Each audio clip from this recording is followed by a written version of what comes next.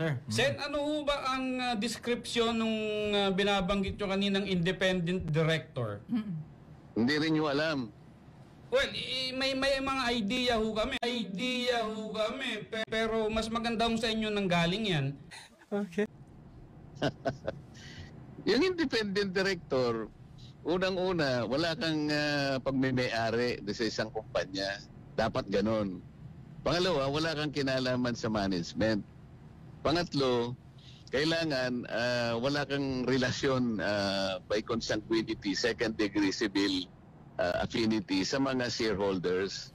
Opo. Kaya dapat independent ka. Ang tungkulin mo lang kung sakaling may kakayahan kang mag-advise sa good governance, ma-protection ng mga minority shareholders. Ito kasi ang hinihingi ng Insurance Code of the Philippines. Nagkataon na siguro gusto nilang ganun ang maging kalagayan ng asawa ko. Hinirang nila ng ganun. So pumayag naman. Anong masama doon? Ngayon, ang insurance company, lahat naman nagko-cover ng kahit anong mga kumpanya sa lahat ng mga industriya, lahat ng sektor ng ating ekonomiya. Pati sa transportation. Lahat. O bakit naman gagawa ng usap ang asawa ko para lang makakuha sila ng ipupukol sa akin? Pero Ganyan nakarumi. Hindi ho ba dapat, Senator, manggaling din sa inyo ang delikadesa na, yung asawa ko, ano nito kumbaga nagsiservisyo dito, meron siyang, kumbaga, transaksyon dito, hindi kaya marapat na ako dumistansya muna? What the fuck? Sino? Sino di distansya? Kayo, dito sa ginagawang investigasyon sa Senado. Taking na mo ka! Meron ba akong kinalaman dun sa mga insurance companies?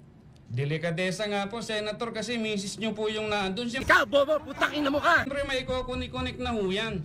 Kung ganyan kayong mag-conclude, independent nga Kaya tinatanong ko nga sa inyo kanina kung naiintindihan niyo Kaya nga po nagtatanong din kami, delikadesa din ho yung binabanggit namin dito. Hindi Wala na ho ba pinag-uusapan tayong ng ganun? delikadesa dahil wala akong connection doon. Ang asawa ko, independent. Yun nga po, asawa nyo yun Nakikipagdebate ka pa sa akin Akala ko ba magtatanong ka lang?